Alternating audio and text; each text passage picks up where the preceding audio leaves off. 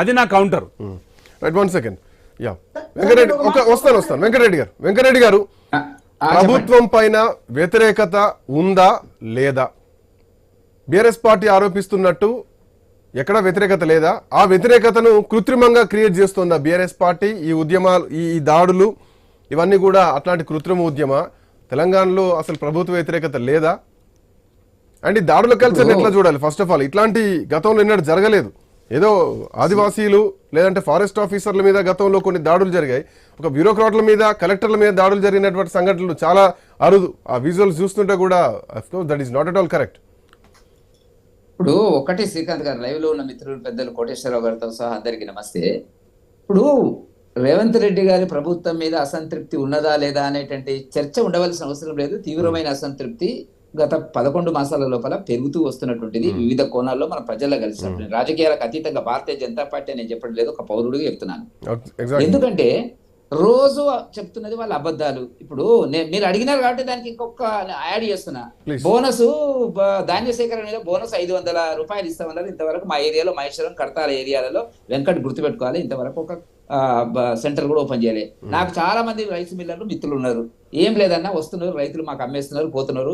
21,50, 20, 2,000కి మేము కొనేస్తున్నాం అని చెప్పి రాత్రి నేను అడిగిన, పొద్దున అడిగిన వాకింగ్ ఫ్రెండ్స్ రైస్ మిల్లర్స్. నాకు నేను చెప్పదలుచుకుంది ఏంటంటే వాళ్ళు చెప్పేవన్నీ అబద్ధాలు. ఇప్పుడు కేసీఆర్ ఏంటంటే కొంతకాలం అబద్ధాలు చెప్తే నమ్మిండ్రు, ఆ తర్వాత చెప్పాల్సిన జవాబు చెప్పేసిండ్రు, అయిపోయింది, కూర్చుండబెట్టిండ్రు, అదొక భాగం.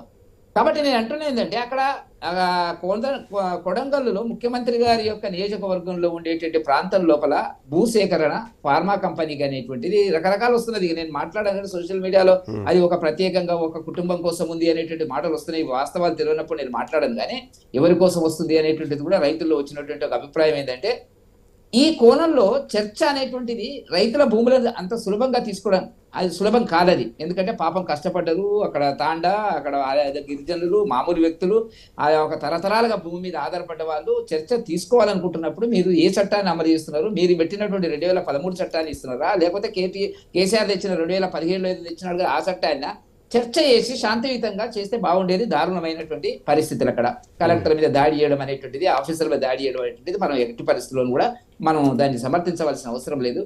ప్రశాంతంగా శాంతియుతంగా జరగాల్సినటువంటి చర్చ ఎందుకు జరిగింది అక్కడ? ఇక ఇప్పుడు దీనికి రాజకీయాలు అంటగడతారు. ఫలానా వాడు చేసినాడు, ఫలానా నాయకుడు చేసినాడు, మాజీ ఎమ్మెల్యే చేసినాడు, ఆ రకరకాల వార్తలు వస్తాయి. వాటిని పక్కకెట్టండి, దర్యాప్తులో ఆ విషయాలు తెలుస్తాయి. కాకపోతే ఒకటి గుర్తుపెట్టుకోండి, ఏ రైతునైనా కూడా, ఏ బక్క చిక్కిన రైతునైనా కూడా, ఏ ట్రైబల్ రైతు అయినా కూడా తను జీవితం మొత్తం దాని మీద తరతరాలుగా బతుకుతూ తన పిల్లల కోసం ఆ భూమి అనేటువంటి దాన్ని వదులుకోవడానికి ఎవరు ఇష్టపడడండి? నేను ఇష్టపడా, మీరు ఇష్టపడరు, ఎవరు ఇష్టపడరు. దాని పరిష్కారం అనేటువంటిది ఇంకో రకంగా చేయాల్సింది.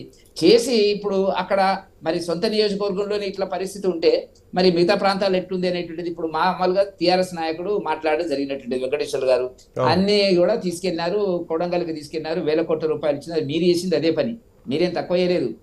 మీరు గజ్వేలు, సిద్దిపేట, సిరిసిల్ల కేటాయించిన డబ్బులు ఏందో మీరు లెక్క పెడితే మీకు అర్థమవుతుంది ఏం చేసినటువంటిది. వాళ్ళు చేసింది అదే, మీరు మీ పాత్రనే వాళ్ళు పాటిస్తున్నారు.